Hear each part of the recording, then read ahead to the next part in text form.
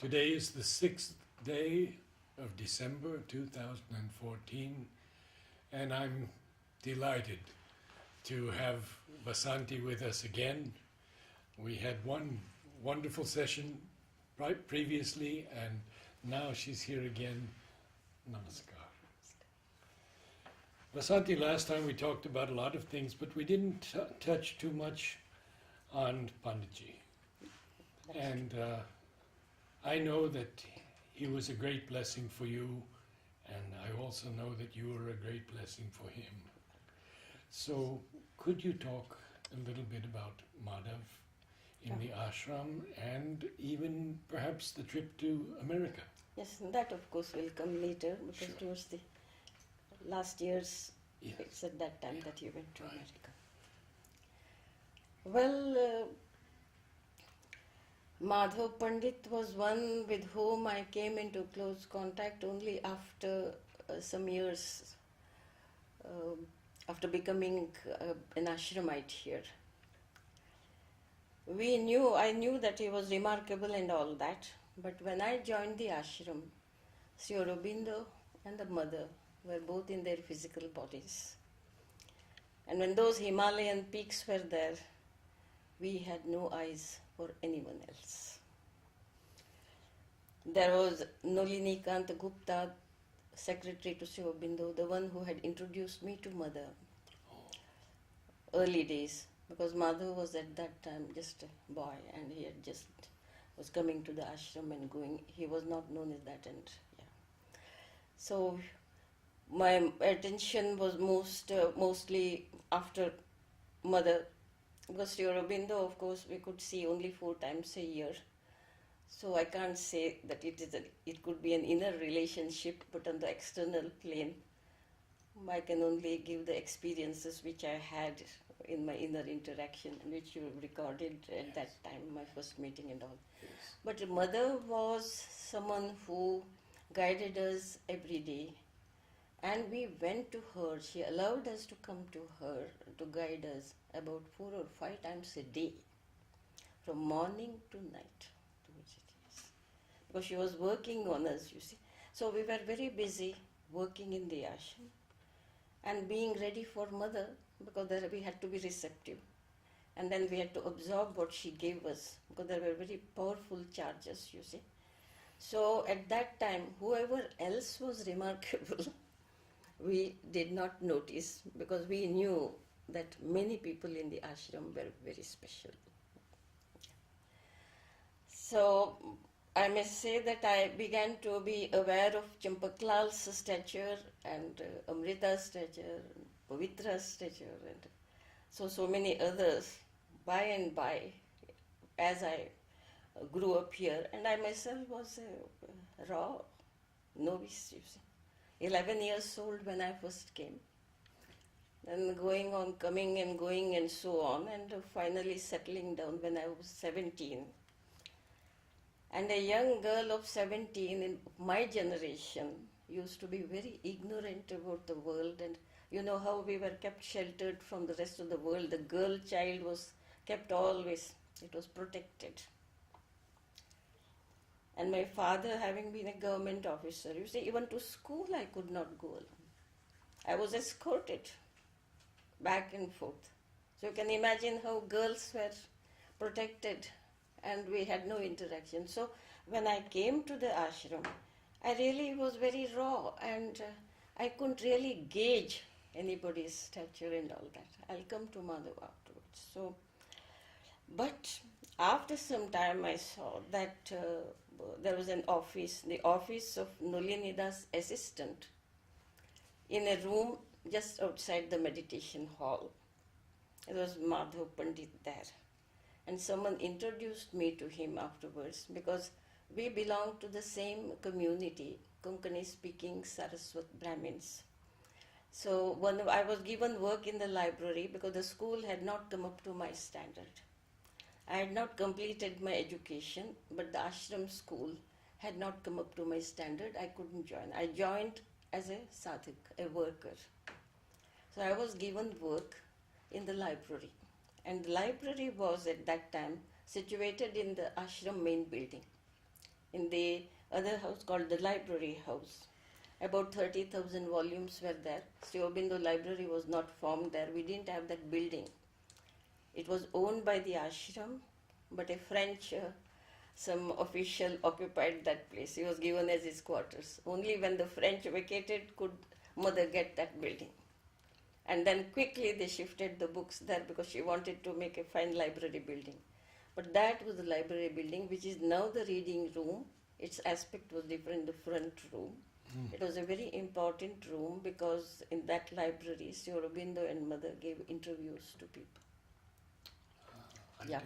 Because Sri Aurobindo lived upstairs, which is now that stamp collection, where Noreen Singh and now and then Suprabha managed. Sri Aurobindo lived there. Yes, Sri Aurobindo lived there. Mother lived in the large room which was given to Champaklal later when they shifted to meditation house. And the reading room now, that wall borders where mother gave the soup?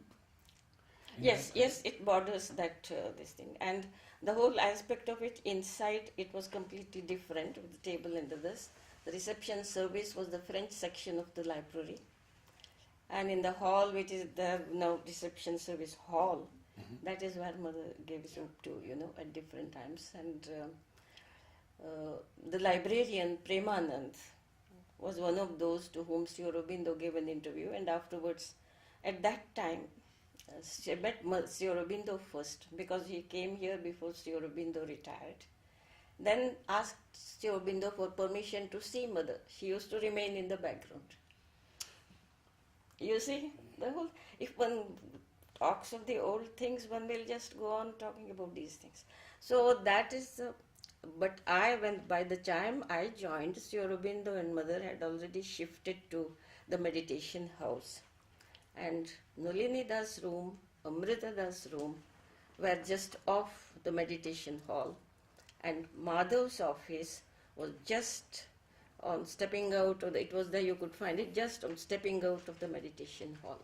It was not called Madhav's office at that time. It was an adjunct of Nalinida's office. Because Nalinida's office was such a small room. Yeah. It's still a small room. Still. And when Madhav came here, first in 1937, he came here because already Kapali Shastri had been settling down here. He had settled here, not exactly. He was in the process of settling, but most of the time he was here, not outside. And so Madhav used to come to see him because he was his mentor since he was a boy of 12 or so. When Madhav Pandit was about 12 years old, Kapali Shastri's guru, who had come to his birthplace in Sirsi, North Canara, and he wanted a place to do his tapas, Indian style, Vedic style. So Madhav's father, who was a very big man, rich man and a landlord, they are called zamindars. Zamin is land, those who own land. He had large estates and all that. There he had built garden houses. And one garden house, he used to receive wandering monks and all holy people who could stay there for some time. During rainy season, 4 months, the sannyasins didn't travel. They had Chaturmasa, it is called, 4-month period. They stayed in one place doing their things. So for Chaturmas, often they stayed in Madhav Pandit's father's garden house, some miles away from the city. And that is where Ganapati Muni came. And Madhav's father was very impressed. And then he was given that he wanted solitude and all his needs of food, mostly they lived on fruit, all these needs were supplied and they didn't disturb him. But Ganapati Muni's disciples were disturbed that their guru had left and was living in seclusion. So they went in search of him. And Kapali Shastri was one of those who had become Ganapati Muni's disciples. Yes. See, this is how Madhav started coming because of this. He didn't know about Sri Aurobindo. That's why we go into this period. History, it is part of history. Now, Madhav met Kapali Shastri when he came to Sirsi, which is his birthplace. It's a very ancient place. It's there in the Indian Puranas and all that, and from ancient times it is there. It's a very holy and ancient place. People came to tapas there. He somehow found out that Ganapati Shastri was in Sirsi. He found out about Madhav's father and then went and saw him and said, "Why have you left us? You must come back to us," and that sort of thing. Now, when Kapali Shastri met Madhav's father, he also met Madhav's mother and Madhav's elder brother. Now, both of them, Madhav's mother and Madhav's elder brother, when they saw Kapali Shastri, they got a sort of an electric shock of recognition, and they felt that they had an inner connection with him. They were in awe of Ganapati Muni, but Kapali Shastri they were immediately drawn to. And they became Kapali Shastri, though he had a guru, he had already attained a certain level and was able to guide people to some extent. So from that time onwards, Madhav's mother and elder brother started interacting with Kapali Shastri. And when Kapali Shastri met his guru, before Ganapati Muni left Sirsi and had to go back to his disciples, he told Kapali, "What this boy? There is a light around his head." And that was Madhav. He was 12 years old at that time. Then within a short time after that, he didn't know that this had been told about him. He just went to school like anybody else, was good at studies, good at sports, and quite popular at college and school. Then one day, as he wandered into his father's library, his father was a lawyer, very brilliant lawyer. He had a library of legal books. From one of the books, I think it was the Alipur bomb case. Because that is the case, the trial that was held for, in which Aurobindo was arrested and afterwards charged on that, with the, rebellion and all that, in sedition. Sedition. Charged with sedition and all that. A picture fell out of that book. And when he saw that photograph, he felt something. That was Sri Aurobindo's picture. You see? Someone who had read that book had also placed a picture of Sri Aurobindo in the book. Mm-hmm. And when he saw him, he felt something in his body. So then he was very much affected. So the elder brother wrote to Kapali Shastri, who had in the meantime settled in the ashram, that the boy had felt this because Kapali Shastri had told the elder brother to watch over his younger brother. That is something. So then Kapali Shastri wrote a letter a very nice letter, easily understandable by a very young boy. That I have heard that you have seen the picture of a very great person, and so he wrote something about it and encouraged him in all that. But there was something that had happened to him at that time he didn't realize, but later, because he was to come here, you see, sure, to Pondicherry. Kapali Shastri was the means, the instrument for Madhav's coming to Sri Aurobindo and Mother. Now, Kapali Shastri, Ganapati Muni had in the meantime met in Tiruvannamalai Sri Ramana Maharshi, who was not known as Ramana Maharshi. He was a teenager. He was in silence, and he was known as the Brahmana Swami. That they didn't know his name. It was Ganapati Muni who went there, and because he wouldn't speak, he wrote, asked for a name, who are you, from where have you come, and all that. Then Maharshi wrote so then he was given the name because it was from his name. Ganapati Muni started calling him Ramana Maharshi. Maharshi, the great Rishi, and Ramana Maharshi. So that is how that name the Brahmana Swami got. He was no longer Brahmana Swami, he was Ramana Maharshi. Ramana is the second and third syllable of his name. Venkata Raman was his name, but Ramana Maharshi. Now, afterwards, Kapali Shastri also, because of the Guru, went to see this great soul, Ramana Maharshi. And Ramana Maharshi took an immediate interest in Kapali Shastri also. It's a very strange thing, the meeting of all these people. Yes. At that time, though Kapali Shastri was first initiated into the Tantra Sri Vidya Upasana by his own father, it was hereditary. Sri Vidya Upasana, the Devi, the Shakti Upasana. When he went to the shore temple, Kapali Shastri's house was near the seashore. And there was a shore temple there, that is Madras, Chennai. One day when he went there, he saw someone with such tej, that is the light on in the whole person, the extraordinary person, who was just standing before the idol of the Devi and extempore composing the verses, verse one after verse another in Sanskrit, and reciting it there. Kapali Shastri was so impressed. He was a young boy, school boy at that time. When he heard that and he saw that person, he was so impressed. He knew this was a great man, and that's how he fell at his feet, and that is how he met Ganapati Muni. We have gone to that shore temple. It is quite extraordinary. It is still there.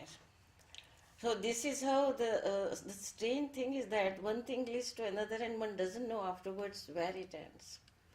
And so Kapali Shastri was there. First father's initiation, the Devi worship, Ganapati Muni, then Ramana Maharshi, all these things were there.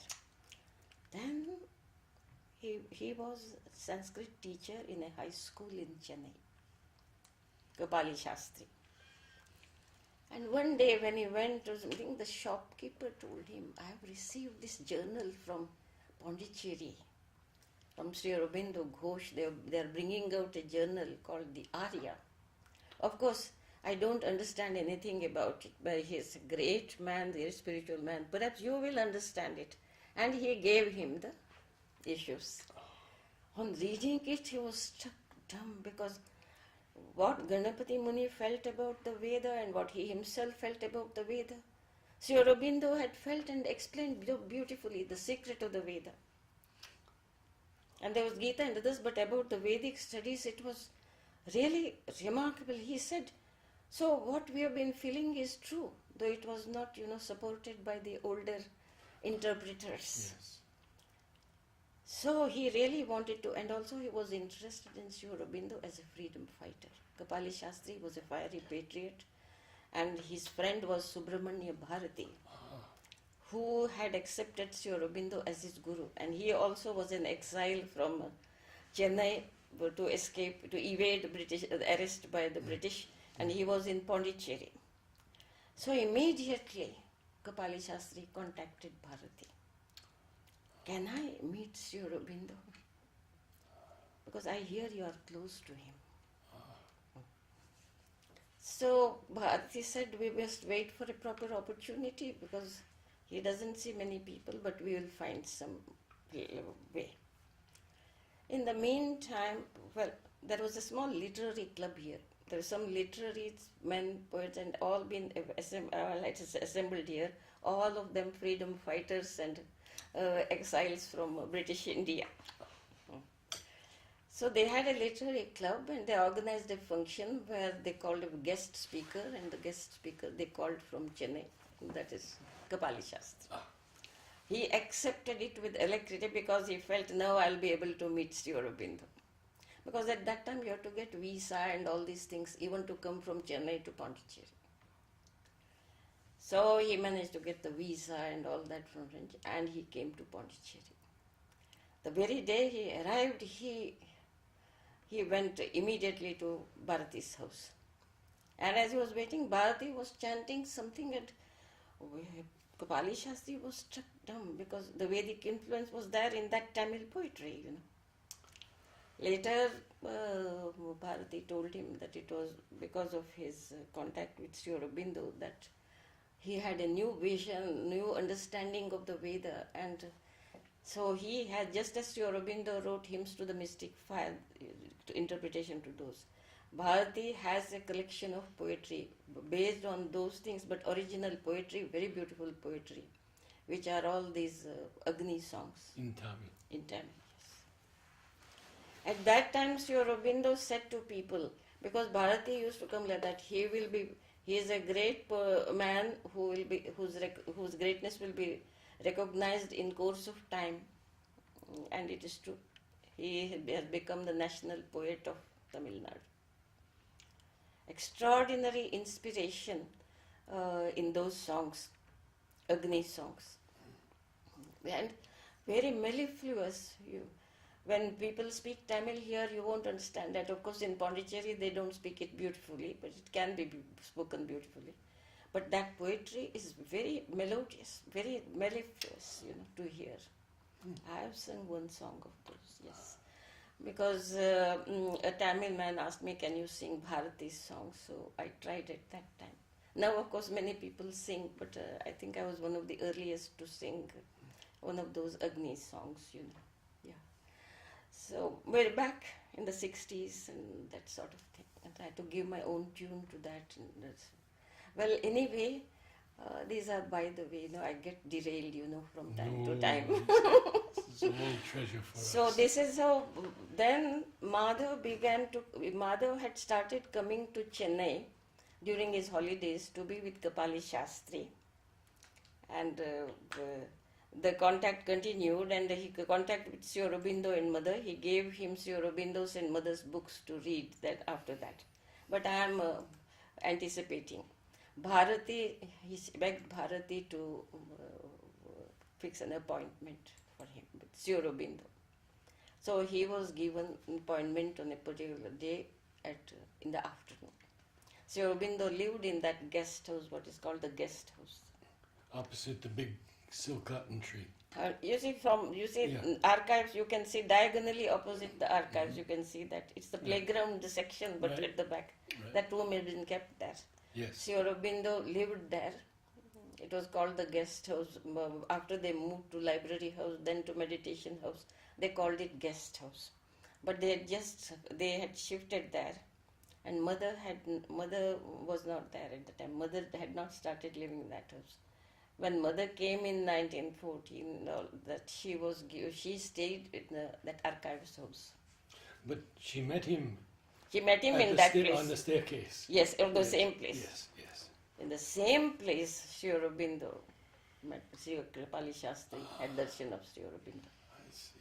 Because in that room, Sri Aurobindo was, and he was given the permission to come. So when he came and he saw Sri Aurobindo, he had that kind of an inspiration, and in Sanskrit poetry, he used to compose in Sanskrit poetry. He composed a verse on seeing Sri Aurobindo. And then, as he looked at him, Sri Aurobindo heard it very quietly. And after that, someone was there to usher him inside to him. And Sri Aurobindo asked softly in English, which of course Kapali Shastri knew. He heard him ask him whether Kapali Shastri knew English, because he had greeted him in Sanskrit. And on being told that Kapali Shastri knew English very well. So then the other man was sent, and he was alone with Sri Aurobindo. And of course, about that, since I have to come to Madhav, there is one thing that Kapali Shastri said. He recognized that room. He said that every night after he had started receiving the Arya he read every day for a whole month until the next issue came, again and again. And at night, he felt himself lifted and transported to some place, a room in which he had not been before. And he recognized that room as Sri Aurobindo's. That he was being brought to Sri Aurobindo at night, every night, and deposited there. So he knew that though he had thought of revered all the gurus, he had revered Ganapati Muni and he had revered Raman Maharshi, but he knew that his place was here. Because already he was being transported in a subtle physical way, every night. So it was a question of time when he resigned his job and asked to be an inmate of the ashram, and he was permitted. So the next time after that, when Madhav came to see Kapali Shastri, it was to the ashram that he came. It was from the ashram that he wrote. And Kapali Shastri said, they are your gurus, Sri Aurobindo and the mother. They are the divine. You have to follow their path. You are meant to be following their path. Because I myself am sitting at their feet learning from them. So when Madhav came the next time, and he was still at college, and Madhav took him to mother. And mother meditated with Madhav. She gave him meditation. In those days, mother used to give special meditation to newcomers. If already introduction had been done by Kapali Shastri, so the way was clear. And after the meditation, Madhav fell at her feet, prostrated at her feet, and he says he doesn't know why. He went on weeping, weeping, weeping, weeping. There were psychic tears, of course. I think the young boy had no sorrow or nothing like that, you see. He was just shedding tears, tears at her feet, getting very emotional. Then he was brought back, and mother told Kapali Shastri something nice about him, and then she also said something, that she had seen Mahalakshmi standing behind him. So that meant that a lot of money would flow to the ashram. Mahalakshmi's blessings, not merely money, but so many other good things that Mahalakshmi gives, would flow through him. Because when she was meditating with Madhav, she saw Mahalakshmi standing behind him. So that was his first meeting with Mother. So Mother recognized the soul, and then Madhav wanted to stay here. How old was he then? He was he must have been 18 or 19, but I know that when he thought of joining the ashram and just after and came, his family didn't allow him. They were shocked.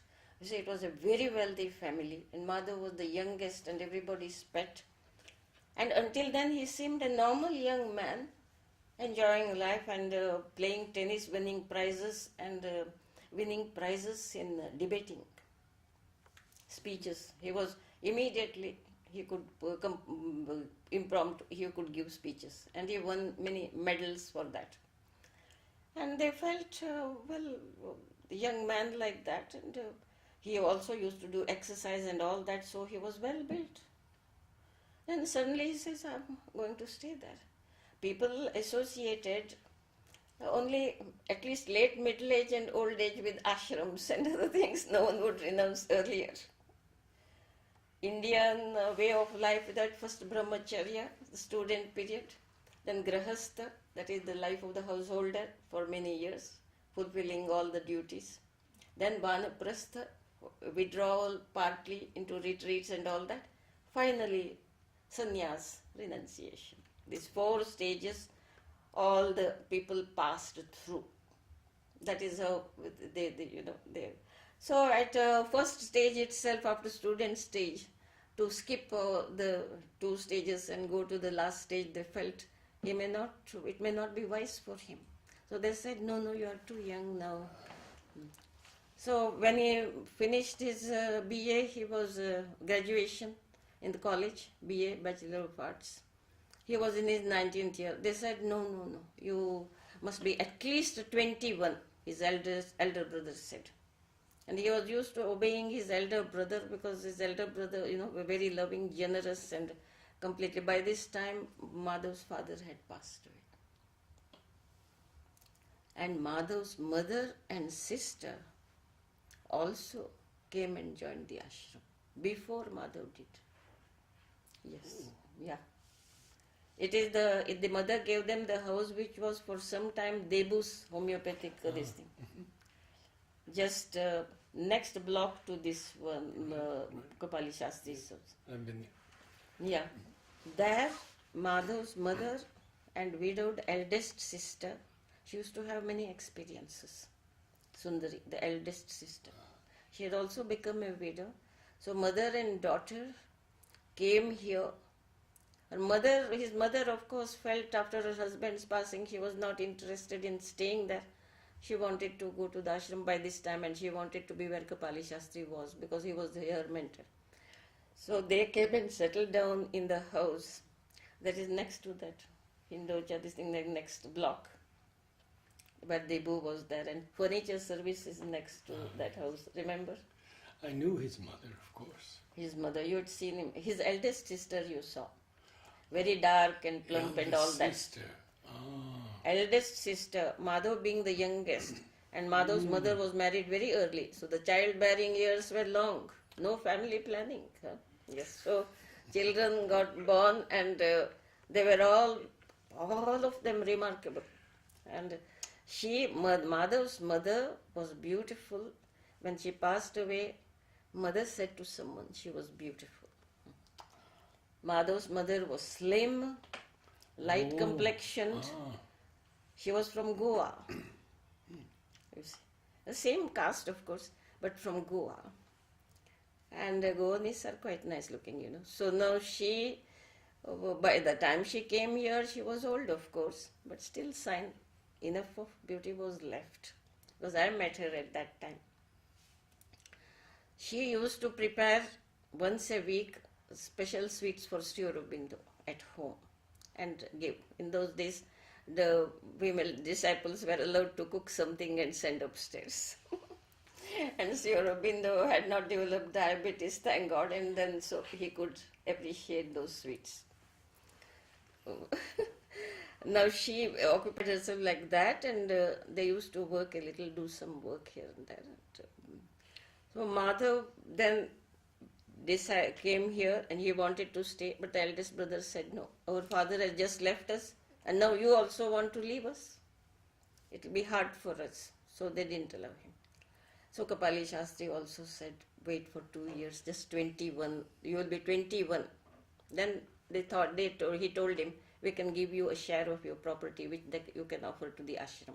The complete share they wouldn't give. They felt if this young man gets tired of ashram life and comes back. So he said, at 21, you can go. So what to do for 2 years? So he started learning commerce. That took he got BCom, Bachelor of Commerce. That's why afterwards all the business, the publication and all that, he could handle money and various things he learned at that time. I see. Yeah. Naturally, someone who was to bring Mahalakshmi had to learn these things. So 2 years BCom he did. He appeared for the examination, sat in the train, and came to Pondicherry. We didn't go wait for the results. Of course, they knew he would pass. He was a first-class student. Then he came and in that little train to Pondicherry. In your time, was it just that little train to Pondicherry? Yes. So little train to Pondicherry came. At night at a very strange hour. He didn't know where to go, you know. Of course, he wouldn't dream of asking Kapali Shastri to come to the station to receive him. They knew that they would go to bed early. Ashramites got up very early in those days. No activities at night. So he sat at the station for a while. Then he thought, no, let me at least find the place. So he came walking. He came to ashram area. He knew the number of Kapali Shastri's house. So he came up to the door and saw the door, but didn't dare to knock on the door and wake him and some other sadhaks there, you know. Other sadhaks were there in the house. He went to the railway station and spent that in the waiting room all night. Then early in the morning he came and then had his wash and all that. And then mother asked him, when he went to mother, at the morning pranam was there, where would you like to live? With your mother and sister or with Kapali? Yeah. And he chose Kapali. So his mother and sister and a niece of Kapali, who had also joined the ashram, they stayed in that house, but it had upstairs and downstairs both. There was room enough for him, but he chose to stay with Kapali. And mother agreed. She said, yes, I just wanted to see what you will choose. She said to him, well, Then she had to get a room vacated because the librarian Premanand, who was my first boss, I told you about him when I went. He was given a room in the guest house. So he couldn't complain. That was where Sri Aurobindo had lived before. And that room was vacated for Madhav, room next to Kapali's. And that's where he lived all his ashram life. The same house, same room. The room which they use as a prayer room, that small room was Kapali's room. Oh. But they shared that hall, that dining room, they shared the veranda. In those days they shared. So Premanand was, you remember I had said Premanand was one of those who had been directly accepted by Sri Aurobindo himself. Yes.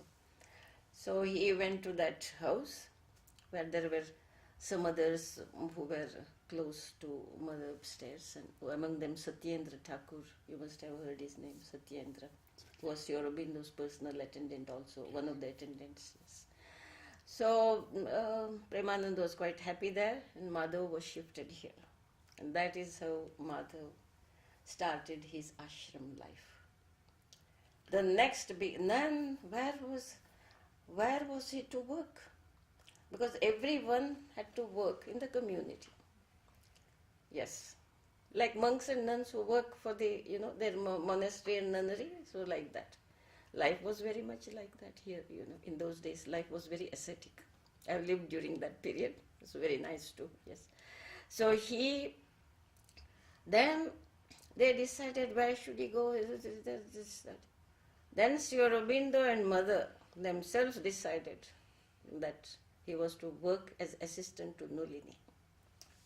So he was to assist Nolini.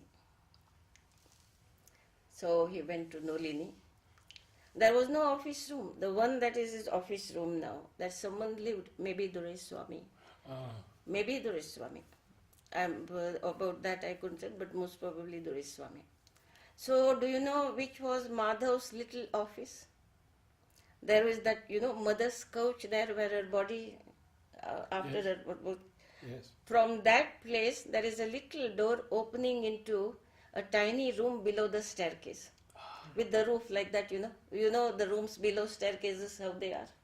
Low on the roof on one side and the high roof on the other side. That was the room given to him. Place only for a tiny table, place for a narrow chair, and nothing else. A mat or something, yes. He sat there doing his work. When it was more, he sat on the mat and did the work. Then he sat in a chair and then that little table. Whereas Nolini would sit in those days, no phones and only some telegrams. So many letters came. I have seen Nolini sitting like that in a chair like this, which was slightly swiveled. Baskets, one basket of letters here, another basket of letters here, another basket of letters here. 3 baskets full of correspondence. Yes. How many letters? Hundreds of letters. So from there, he chose some of the letters for Madhav to deal with, which he could deal with, a new person. So he told him what to write orally. Write a few lines like this. Nolini was very brief always. He gave him the letters. One basket was given to Madhav. So he dealt with that basket. The other baskets were there. Some others had to be taken to Sri Aurobindo. Some other letters had to be taken to Mother. The others, the Bengali letters, Nolini answered himself after consulting Sri Aurobindo. Each letter was taken seriously by our gurus. Of course, they didn't want to be called gurus. Do you know this is the only ashram where Guru Purnima is not celebrated? In every ashram in India, Guru Purnima is a great day. Worship is made. Sri Aurobindo and Mother, the Pada Puja, they never permitted. Pada Puja and the waving of lights and all, it is done to all the gurus. They didn't. It was not done to them. Yes. In the beginning, he didn't want to. He jokes about Sri Aurobindo in one of the letters about Guru Giri and all that. But finally, he had to be the guru. And Dilip and Nirod both called him Guru. So of course, Nirod asked him, sir. Used to say, sir. But still, Guru, he would say, you are a great Guru, sometimes jokingly. And so, no, I've got that. So, what was I coming to? Yes, so many were done. So, it was the same thing. Sri Aurobindo was referred to as Sri Aurobindo, which in no ashram would be there. No guru would be just Raman Maharshi. The disciples didn't say the Raman Maharshi is there. Raman Maharshi is there. No, only the mother. Well, she was the mother. Sri Aurobindo admitted the mother. The earliest people used to call her Meera. But by the time Madhav joined and the ashram was formed, Sri Aurobindo had gone into seclusion. She was the mother, and she was addressed only as the mother. So Sri Aurobindo and the mothers, the whole thing was different.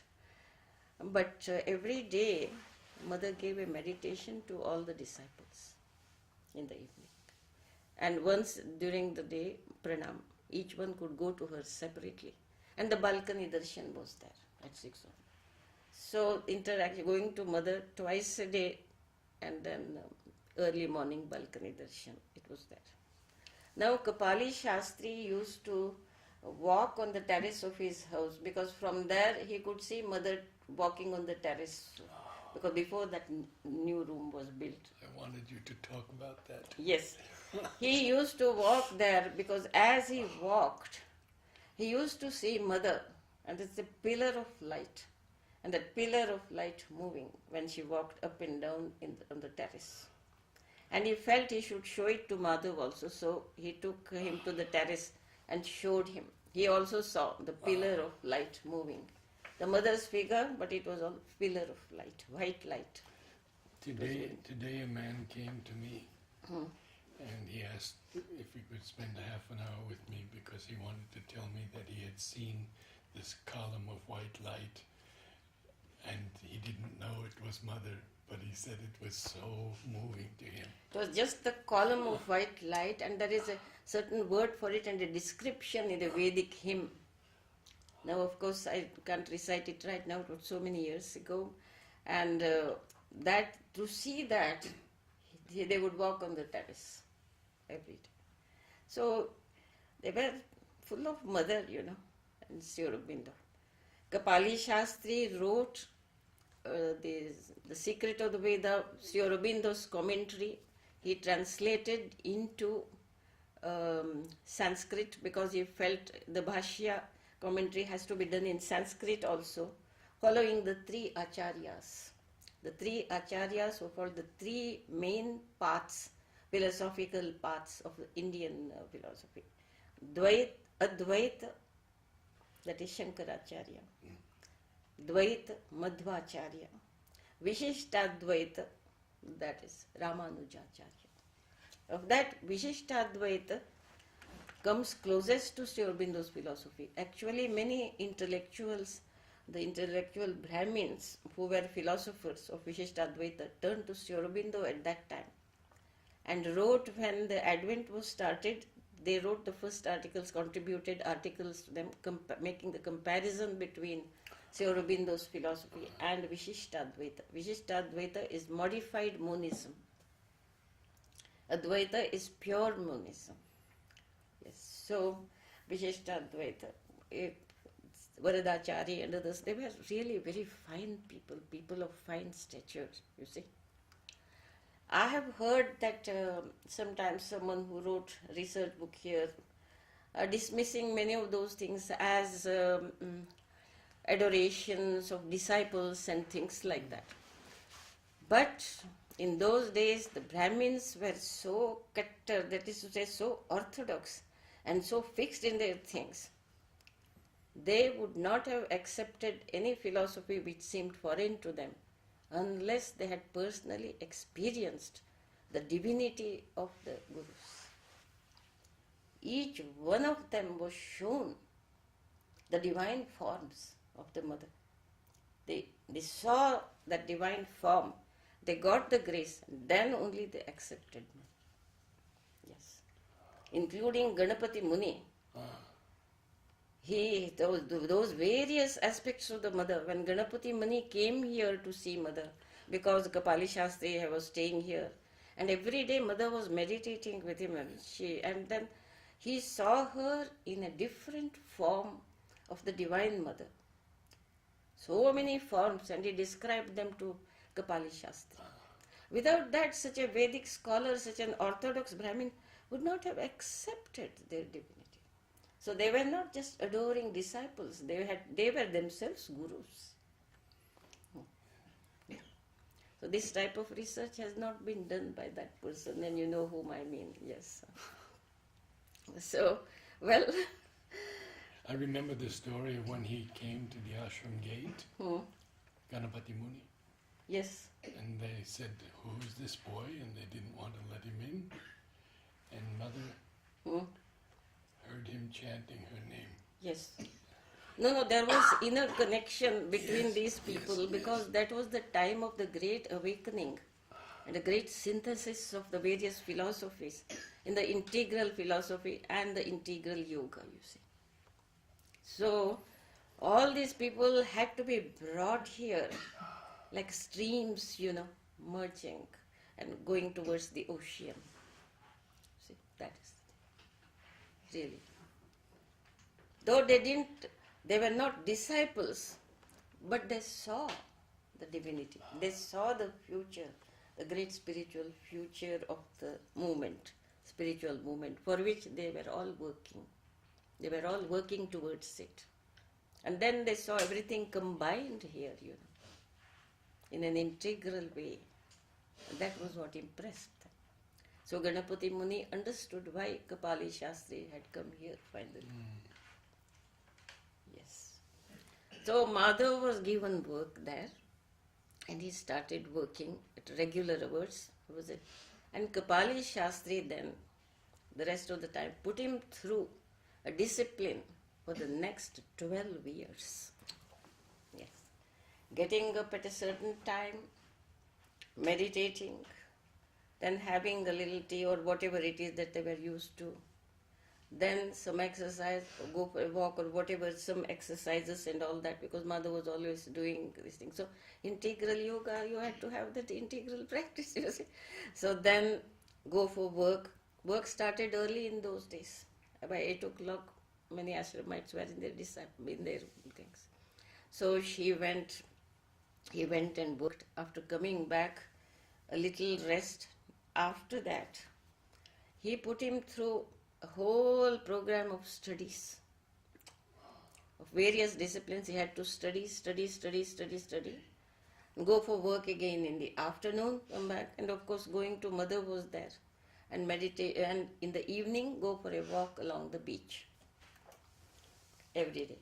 He would walk from this to the end of the beach and then come back, and after that they ate a little, then went to the ashram for meditation with mother. There was no playground in those days. Playground started later. School, playground, all these things started later. Shall we take a few minutes break?